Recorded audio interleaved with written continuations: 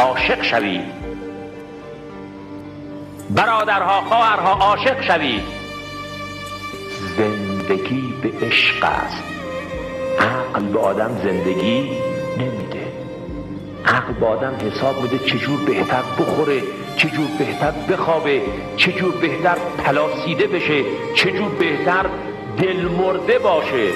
عشق است که در درون انسان آتش زندگی و شعله زندگی را برمی فروزاند. مسلمان عاشق است، عاشق خداست، عاشق حق است، عاشق عدل است، عاشق انسان شدن است، عاشق ملکوت است. و دنیا با همه زیبندگی ها و فریبندگی ها براش صرفاً میدان ساخته شدن و ره پیمودن به سوی آن معبود و معشوق جاودان.